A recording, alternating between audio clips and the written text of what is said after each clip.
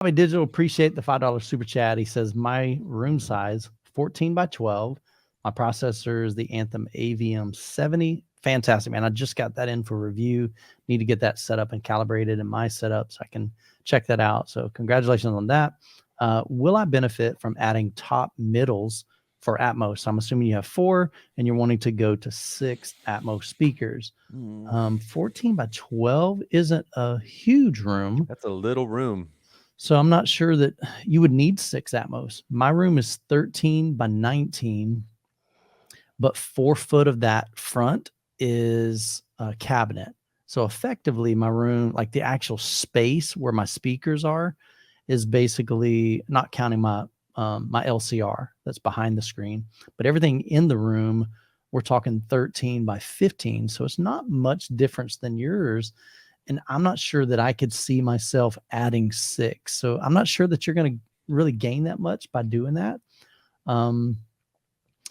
So what do you guys think? It could actually be detrimental because there's a lot of media that doesn't behave correctly when you put 6 in there.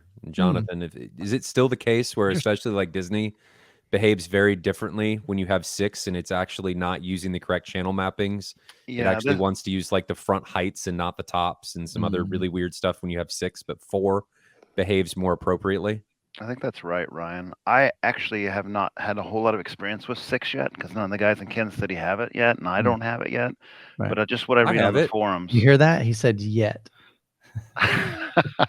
True. None of the guys in Kansas City has it. You have like 17 speakers on your ceiling. I don't even know which one's which. Yeah, Ryan's got them shooting off the ground, man. It's just crazy. Fair. Yeah. So Fair point. My opinion on that is I don't know if your room is really big enough that you would really utilize that. If you had a massive room, like I usually say, if you've got, especially if you had 3 rows of seats, absolutely, man, you really need to have more than 4 speakers up there. And then even then it's going to be, I think certain seats just aren't going to get a great experience there. Definitely your prime listening position, main listening position is going to get the best sound.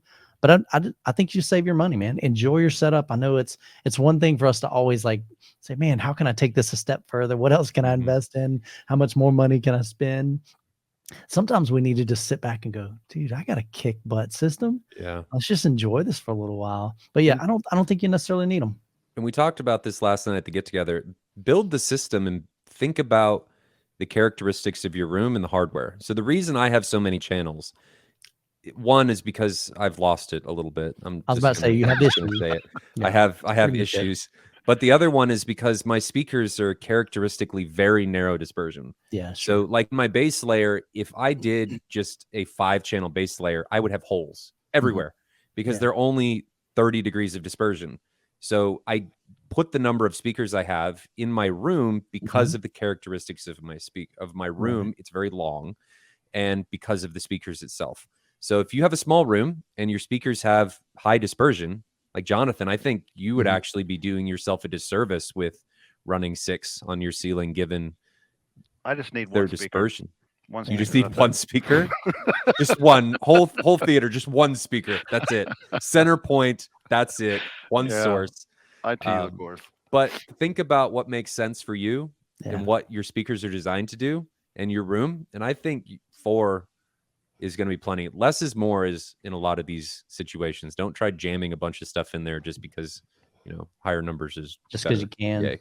Yeah. For sure, man. So definitely good advice. So hopefully that's a help to you.